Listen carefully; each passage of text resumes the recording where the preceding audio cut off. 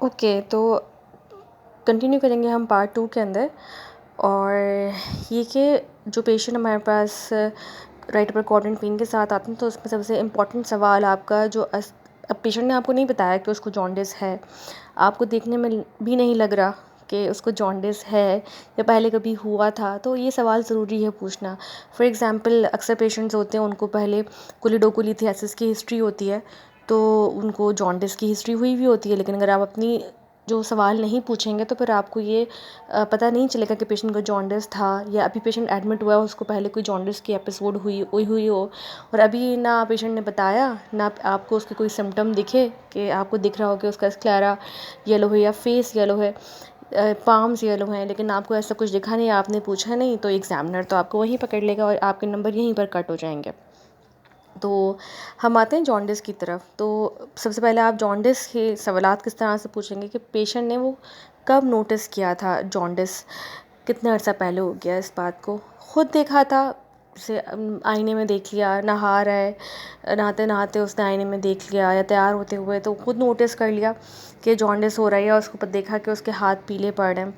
या किसी और ने बताया कि तुम्हारी आंखें पीली पड़ रही हैं या हाथ पीले पड़ रहे हैं, तो किसी और ने नोटिस किया। कब नोटिस किया, कैसे नोटिस किया, किसी और ने बताया।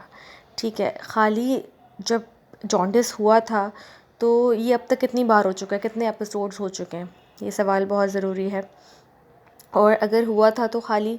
जो है ज़बान पीली हुई थी, हाथ पाँव पे पीलापन आया था, पूरी जल्द पीली हो गई थी, या खाली आँखों में था। अच्छा, फिर उसके बाद आप मरीज़ से पूछेंगे कि जॉन्डिस आपको मुसलसल था या आता जाता रहता था, क्योंकि जो स्टोन वाला जॉन्डिस होता है वो तो जो है आता जाता रहता है। ठीक है, या जो है आपको कंटिन्यूस जॉन्डिस था ये पेशेंट से, मतलब स्टोन अगर लॉज हुआ फिर डिसलॉज हो गया तो वो इंटरमिटेंट जॉन्डिस होता है, लेकिन अगर वो पड़ा रह जाए तो उसकी वजह से कंटिन्यूस जॉन्डिस आ जाता है। ठीक है, तो ये आपने सवाल पूछने जॉन्डिस के। उसके बाद जो अगला सवाल होगा आपका वो जॉन्डिस से रिलेटेड, वो उसके ऑब्स्ट्रक्शन वाले सिम्टम्स आपने एलैबोरेट करने कि जॉन्डिस जो है उसकी वजह से जो क्ले कलर्ड स्टूल, मट्टी जैसे पखाने तो नहीं आते आपको, गहरे पीले रंग का पेशाब आता हो, जिस्म पे ख़ारिश की शिकायत रहती हो, ठीक है, और साथ में आपको बुखार भी आया हो। अब यहाँ पर फ़ीवर आ गया तो आपको फ़ीवर के सवाल भी जो है वो एलैबोरेट करने हैं सारे। ठीक, अब फ़ीवर के क्वेश्चंस क्या होंगे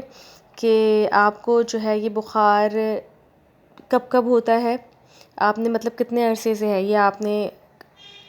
बुखार को कितना अरसा हो गया, 1 हफ़्ता 2 हफ़्ता, तो वो सवाल पूछना ज़रूरी है। उसके बाद जो है अब ये जो बुखार है